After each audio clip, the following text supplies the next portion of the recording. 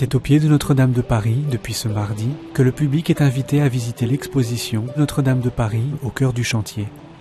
En empruntant l'escalier menant à l'ancien parking, la maison du chantier permet à tout le monde de plonger dans les temps forts de la restauration de la cathédrale. Ici, vous avez donc une partie de la toiture et une partie d'ornement de la flèche qui sont des vestiges de l'incendie. Vous avez aussi à chaque fois un film qui dure environ 1 minute et qui présente l'opération le plus, on l'espère, le plus pédagogiquement possible. Dans cet espace de 300 mètres carrés, le public peut visionner des films sur le chantier, voir de près des vestiges de l'incendie, ainsi qu'une maquette de la cathédrale à l'échelle 1/55e. Celle-ci permet aux visiteurs de comprendre les enjeux du chantier, mais aussi de renouer le contact avec Notre-Dame, inaccessible depuis bientôt 4 ans. Le grand public avait besoin d'avoir ce lien avec la cathédrale, de le retrouver puisque c'était le monument le plus fréquenté d'Europe avant l'incendie, du monde même avant l'incendie. Et donc il y avait besoin d'une médiation à proximité sur ce qui se passait au-delà des palissades qui se situent aujourd'hui tout autour du chantier, de comprendre les grandes opérations du chantier, des métiers qui étaient mobilisés et le but aussi pour l'établissement public qui a dans ses missions en fait de susciter des vocations auprès des plus jeunes, c'était de montrer de manière assez exhaustive les métiers qui travaillent sur le chantier. Car au-delà des palissades, plus de 1000 personnes travaillent ou ont travaillé sur cet immense chantier. L'exposition vise à apprendre au public, jeunes ou adultes, quels métiers et techniques sont employés pour la restauration.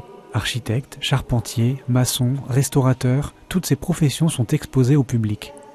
Et donc vous avez cette fresque qui présente les liens qu'ont les métiers les uns avec les autres sur le chantier. Les liens ne sont pas exhaustifs, mais ça permet de montrer les principaux liens de quel métier travaille avec quel métier et sur quelle opération.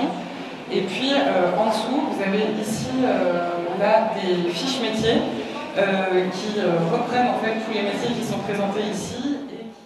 L'exposition est composée de 8 îlots thématiques illustrant ces métiers, y compris les moins connus, comme celui de campaniste, responsable de la conception et de l'installation des cloches, et celui de facteur d'orgue. Un îlot sur les sons de la cathédrale, intitulé « Faire résonner le grand orgue et les cloches », leur est dédié. Vous avez des textes autour des métiers, quelque chose à toucher. Ici, c'est un mannequin d'orgue qui permet de comprendre les différents éléments qui composent un orgue. Vous avez également ici un schéma qui permet, vu que l'orgue c'est un instrument qui est quand même très complexe, qui permet d'expliquer le plus simplement possible comment fonctionne un orgue.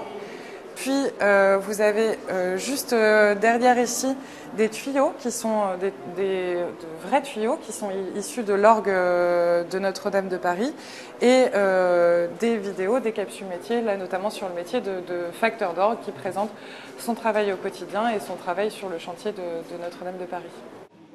Alors que les travaux de rénovation sont dans la dernière ligne droite, l'établissement public pour la restauration de la cathédrale a aussi voulu, à travers cette exposition, redonner espoir au public. On espère qu'il sera heureux de voir ces talents qui s'exercent, qu'il sera fier de penser qu'en France aujourd'hui, on a tous ces métiers, toutes ces compétences qui s'emploient, et puis qu'il sera confiant dans la perspective de bientôt pouvoir redécouvrir de l'intérieur cette cathédrale que chacun aime. La flèche de Notre-Dame devrait poindre à nouveau dans le ciel de Paris d'ici la fin de l'année 2023 pour une réouverture avant fin 2024.